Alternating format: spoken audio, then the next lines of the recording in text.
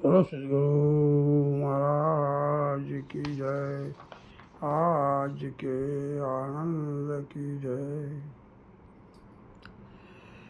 मन माया तो एक है, माया मन ही समाय। तीन लोग संशय परे, कहो कहाँ समाय। माया समाय गुरु लक्ष्य में, गुरु लक्ष्य ध्यान। भाग्य तक लक्ष्य लो तत्वमसी गुरु ज्ञान।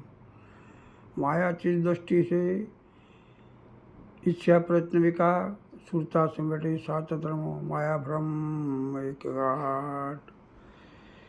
अपार लीला नाम की न नामे पामे धाम। नाम जान्यु जने मळ्या सुंदी शाम।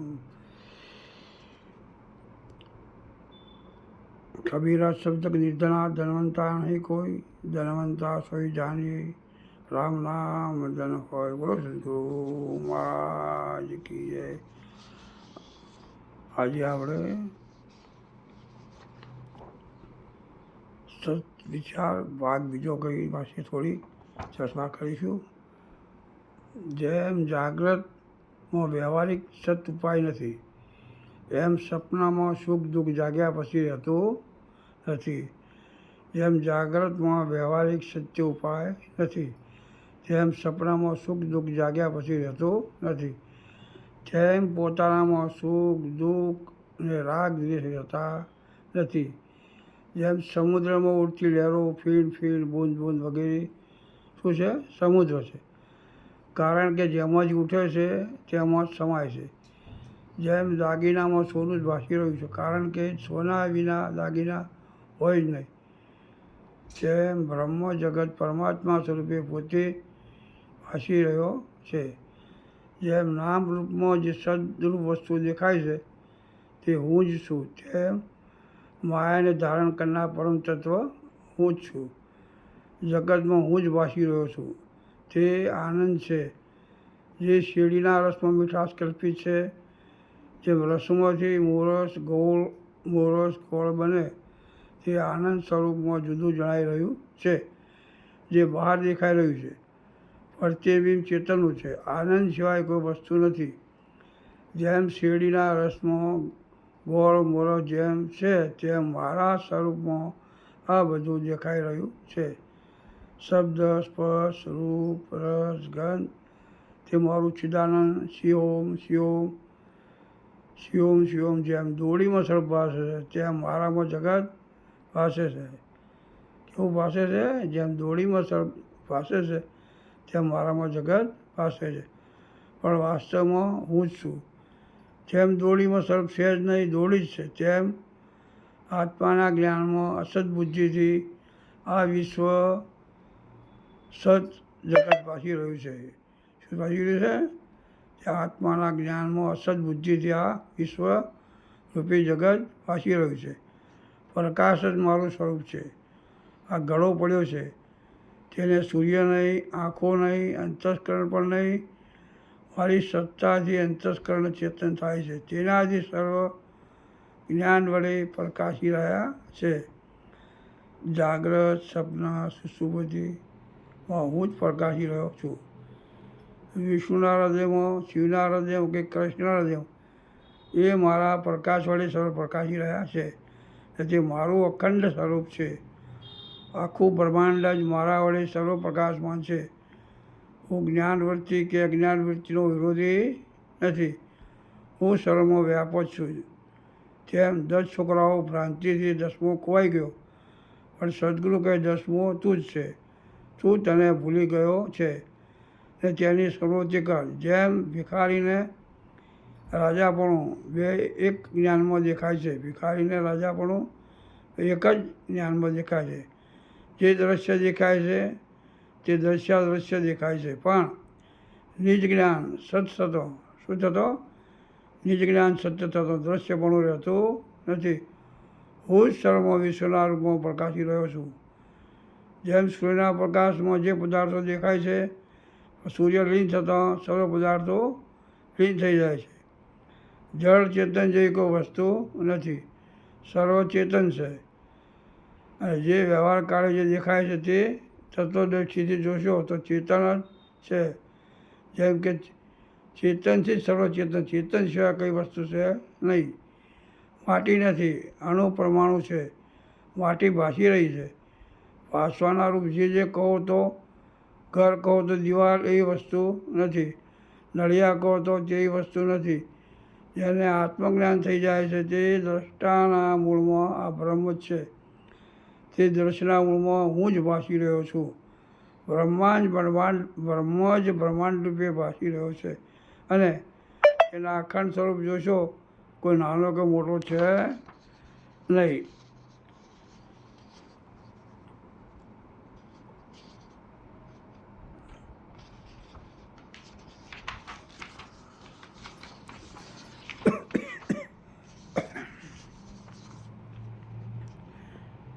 ના જળ છે, ના ચેતન છે, ના જગત છે, ના રૂપ છે, ના ગુણ છે. પણ અજ્ઞાનમાં આ સર્વ દેખાય છે. સમો દેખાય છે? અજ્ઞાનમાં સર્વ દેખાય છે. જેમ વ્યવહારિકમાં દિવાલ છે, તેમ પરમાર્થમાં સાબિત કરવા જાઓ તો શું છે? માટી દેખાય છે. માત્ર ચેતન પણ અજ્ઞાન કાળે માટી ભાસે છે. જેમ અજ્ઞાન કાળે દોડામાં સર્પ ભાસે છે, જેમ અજ્ઞાન કાળે દોડામાં સર્પ ભાસે છે, મૃગજળમાં પાણી ભાસે છે, શીપલીમાં ચાંદી ભાસે છે, એમાં જ્ઞાનથી કલ્પાયેલા મારા સ્વરૂપમાં ભાસે છે. જેમ શીપલીનું જ્ઞાન છતાં ચાંદી નામની કોઈ વસ્તુ રહેતી નથી, તેમ મારા સ્વરૂપનું જ્ઞાન થઈ જાય તો જગત જેવી કોઈ વસ્તુ રહેતી નથી. જેમ બેંકમાં નોકરી કરતો કેશિયર રોજ 2 કરોડ રૂપિયા ગણે છે, પણ તેનો પગાર કેટલો છે? 12,000 માત્ર છે. અજ્ઞાનમાં છતાં સત્જ્ઞાનમાં તમે બંધાયા છો. આ બધું અજ્ઞાનમાં ખાલી પાસે છે. વાસ્તવમાં બધે પ્રકાશ જ છે, એટલે તમે જ છો. નાના બાળકો જે રમત રમે છે તેમાં કશું લેવા દેવા પણ નથી. માત્ર રમત છે અને તેમના માટે ખુશ થવા માટેનું એક રમત છે. જેમ બ્રહ્મની પણ આ રમત છે. જેને સંત સમાગમ સાચો થયો તેના અંતરમાં અંધકાર ગયો. દાખલા તરીકે પોપટ આવ્યો અને શિકારી મૂકેલા કોટલામાં બેઠો એ કહે હું બંધાયો છું. બીજો પોપટ કહે તને કોઈ પકડ્યો નથી, છોડી દે કોટલાને. શું કહે છે? કોટલાને છોડી દે તે ઉડવા માંડ, નહીંતર તું જાતે જ બંધાયેલો છે, તને બોધનારો જ નથી. જેમ પિક્ચરમાં ચિત્ર આવે ને જાય, પણ આ ચિત્ર સત નથી. સર્વ કાકા મામા વગેરે આવે પણ તે સત્ય નથી.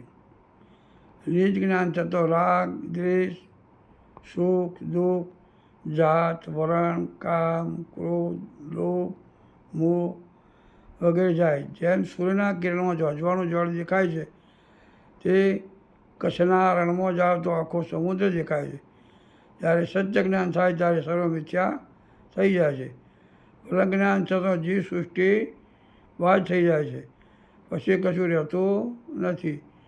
જીવ એ જ શિવ છે. જેમ ઝાંઝવાનું જળ દેખાય છે તેમ વિશ્વ સૃષ્ટિ દેખાય છે. કેવું દેખાય છે? જેમ ઝાંઝવાનું જળ દેખાય છે તેમ વિશ્વ સૃષ્ટિ દેખાય છે. પણ બ્રહ્મ જ્ઞાનમાં બાદ થઈ જશે પછી વિશ્વ સૃષ્ટિ માત્ર પતિત જ છે. તે બ્રહ્મ દશામાં સત્ય જણાતું નથી. જેમ બ્રહ્મ જ્ઞાન થયા પછી વૃત્તિ ઉઠે છે, તે ઉઠવાની સાથે બ્રહ્માકારમાં ઉઠે છે. શું ઉઠે છે?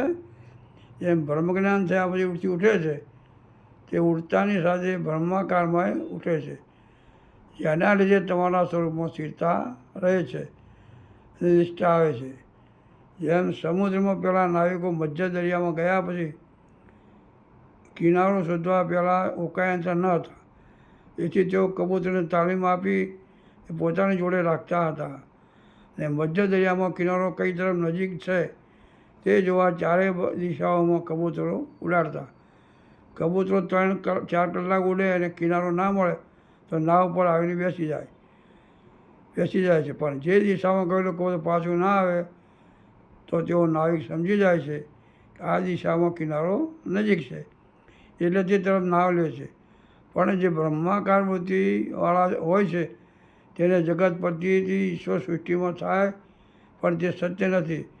તેને બ્રહ્મદશામાં નક્કી થઈ ગયું છે, પછી એનાથી નક્કી કરવા પણ રહેતું નથી. અને જે નક્કી થઈ ગયું છે સ્વરૂપમાં સમજાઈ ગયું છે ને સમજમાં આવી ગયું છે પછી આગુ પાછું થાય એવું નથી.